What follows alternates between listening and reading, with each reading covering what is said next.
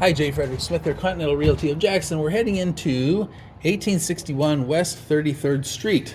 Little brick block home on kind of a busy neighborhood street on the west side of Jacksonville. And I think the information I've got on the roof, in case you were wondering about that still, is that it's new, but you know, who can say for sure?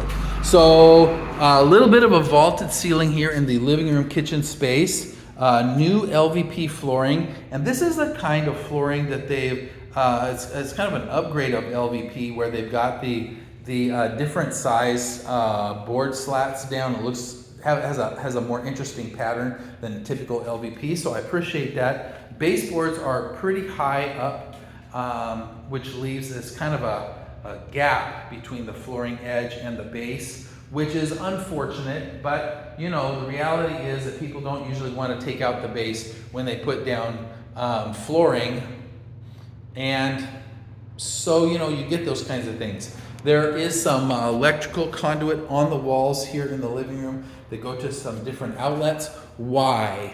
Well, because it's a block home, and it's almost impossible to run that stuff in through those blocks down to where you need it. So if you needed an outlet there and you needed a switch to run your ceiling fan, well, you're going to have to run the conduit on the outside of the wall instead. Okay. AC seems to be working like it's supposed to. That's nice. We've got a little enclosed area here, office, den, something. I don't know what you would call it. That has some new carpet. The base needs, it looks like they painted it, but they didn't quite do the job. Definitely needs retouching up. Ceiling has got some crazy texture to it. You know, gosh, why do people put that thick texture on there? I don't know. Hide everything. I like a nice smooth flat ceiling if I can get it. A little light coming in from two windows. A front window is big, actually, would let in a lot of light, and a little side window here. And here's where that built-in, if you were with us when I did the walk around the outside, the built-in AC, that's just for this room, which, since there is no door in the doorway, means that actually it's gonna cool a lot of the house, not just this. That's too bad. This brings us into what I think is going to be the laundry. Yep, okay, so we have the back laundry room here with the washer hookups on one side with some kind of a moldy wall there where the pipe comes in because we've got a leak. Yeah, look at this. Come on, get down there. So as you can see, we've got water on the floor right now from this pipe. I would actually say it's not this. It's not this one. Let me shrink this back out. It is something in the wall between these two. So this little piece of wall needs to come out because you've got water running down in the wall and onto the floor. I'll let the owners know about this, but they're probably already aware considering the slimy nastiness of this wall. It's been here for a little bit that way. Okay. Yeah, and you know, we don't really have a lot of attic space because of the vault, so what we've got instead is our pipes just running out in the open below the ceiling, because you know, when they repipe the house, once again, you can't use what's underneath any longer. Okay, so the back door is here, and we've got a dryer hookup on this side, washer hookup on this side that needs the wall opened and checked. The same LVP here as what we've seen in the rest of the house. That's nice. We've got a GE panel that is not super new, but it's not bad. I like it, actually. It's a big panel. This is what is a 150 service. Can't really tell. Can't really tell. It should be saying right here, but it's not saying what the amperage is of the service. But you know, looking at it, I would say it's probably a 150 amp service. In any case, the panel looks nice, and it's a decent brand of panel, so that's really the important things there. Let's get the light off. Okay, so big water leak. Well, it's not spraying out anyway. That's something. Baseboards, you know, gosh, it really would be nice if they were removed and replaced, because that just would make a lot of difference on the look of this house. So what do we got here? A little closet. So this could be a pantry. Since it's in the kitchen, you know, I would say this would make a great pantry. Oh, and we've got water damage on the floor here too. So this water leak that is on the other side has been going for a while. Look at that. You've got all sorts of problems on the floor around the base in this closet, which is a big closet, you know, 36 inches deep by 7 feet, I would say, with one little shelf and a bar. But I personally, what I said before holds true. I would pull that out, get that water leak fixed, and then I would put shelves in here and turn this into a pantry. It's a perfect place for it. And that certainly makes sense with it being this close to the kitchen, right? This would make a great pantry.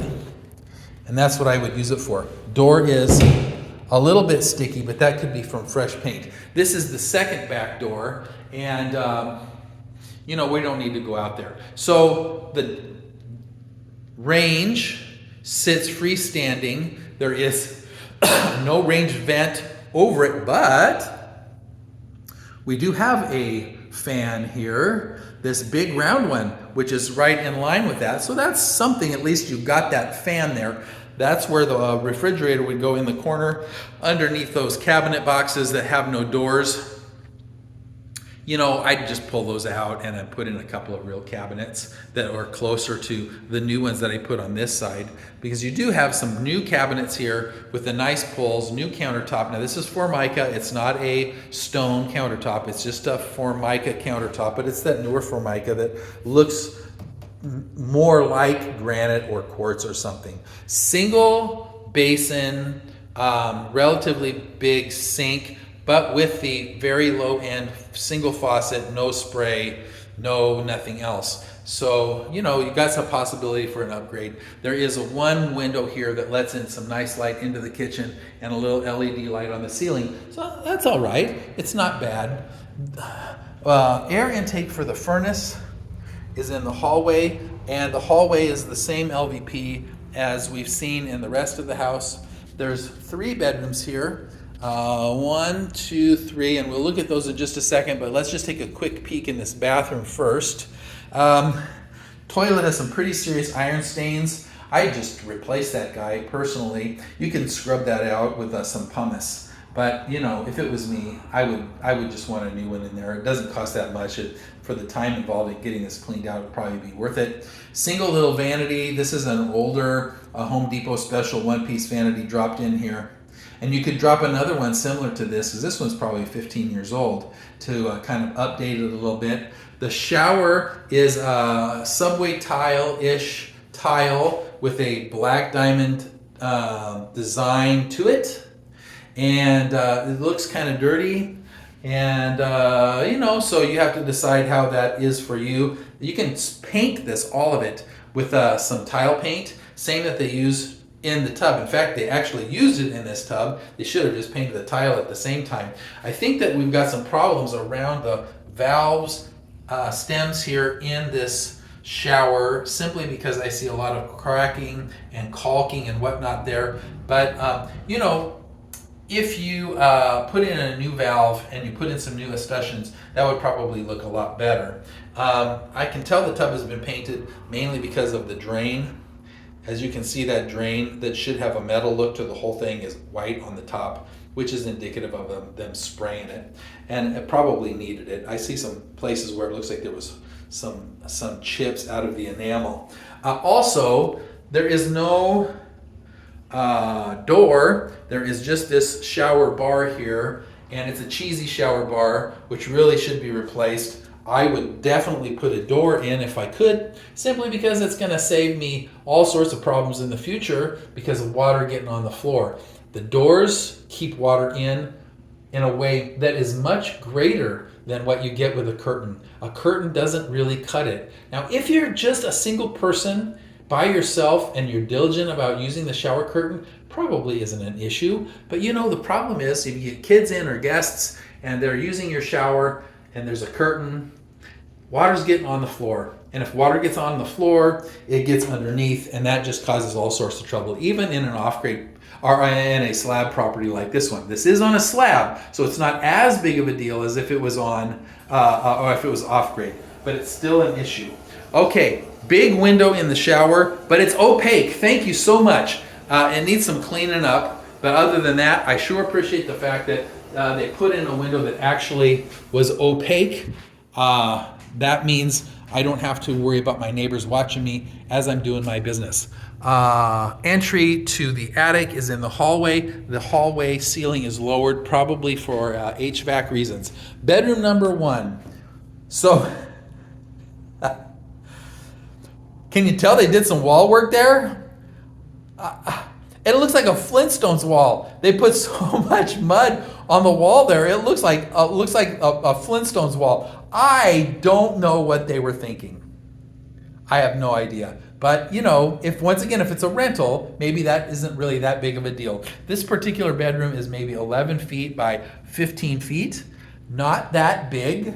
Outlet has been painted in. Probably going to need to replace that outlet for it to work. There's another outlet over here. There is a nice sized window letting in a decent amount of light. Closet has a nice sized and a properly at the proper height shelf with a single bar. It's maybe 5 feet by 32 inches deep, which is not too bad. There's definitely AC coming in here. You can see the register over the door. I wonder what the heck they did there, though. Why is it like that? I have no idea.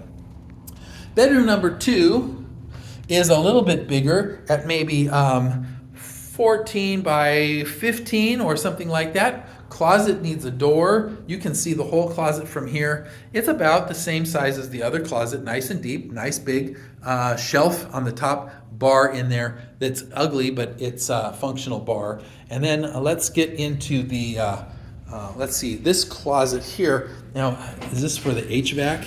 Yeah, so this is the furnace closet. And looking at the furnace, I can't really tell how clean it is, but the conduit looks nice. The box for the power looks nice. It's not super filthy, so I think maybe it's a newer furnace, can't really be sure, with a little pump to pump the water out that it collects condensation. So can't see how to get a filter in there, maybe from this side over here, so you might have to pop open this little panel that you can kind of see through and stick the filter in. That's probably how that would go. In any case, the back of the door, as you can see, has picked up some mold simply because of this not being a non-louvered door. I would suggest this door get taken out and a louvered door put in its place so that you don't have that kind of a problem any longer with the moisture. This is the largest bedroom, and this is a 3-bedroom, 1-bath, so there's no other bathroom besides the one in the hallway. So this would be the master at maybe 16 by 16 in size. Little LED light on the ceiling, double door closet. This is the biggest closet at maybe 8 feet deep by 32 inches with a nice big upper shelf and a bar. In fact, this shelf is almost too big.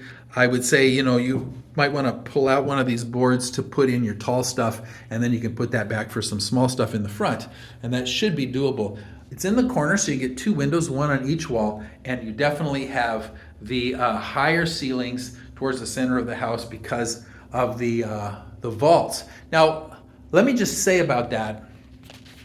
The problem with this kind of vaulted ceiling is that this ceiling is built right underneath the roof deck. There's no insulation between the ceiling and the roof deck, which means your heat and your cold are going to go right out the roof. Literally, right out the roof. So you have to be prepared for that. It might actually be worth it to, when the roof is put on the next time, to put in some insulating panels underneath it. Or, if you're gonna live in the house, consider someday pulling out the ceilings and putting in some insulating panels and then putting the ceiling back in. Insulating panel could be as thin as maybe an inch, and it would triple or quadruple the amount of insulation that you have right now, because right now what you have for insulation is the sheetrock and the wood and the tar paper and the shingles itself. That's it. So this particular house for a rental, though, I really like it. I like the fact that it's on a slab. I like the fact that the floors, this particular type of flooring that they used, has the pattern that it does. It looks nice. I think the baseboard needs to be painted, you know, and I think there's some other small things that you could do to make it better, but it's almost ready to go as it is. It really is almost ready to go. Rents for a house like this in this area probably going to be about maybe $1,150, maybe $1,200 for this. And for the purchase price, I think that that's still a pretty good deal. So for a rental, I like this. The neighborhood looks clean. The house is a decent size. I wish there was a second bath, but you can't have everything. I like the fact that it's vaulted, even though I lose the insulation. The open space of the living room definitely makes that a win in my book. So we're at 1861 West 33rd Street. This is J. Frederick Smith. We're going to head on out of here. And hope you appreciate the video, and we'll see you at the next one.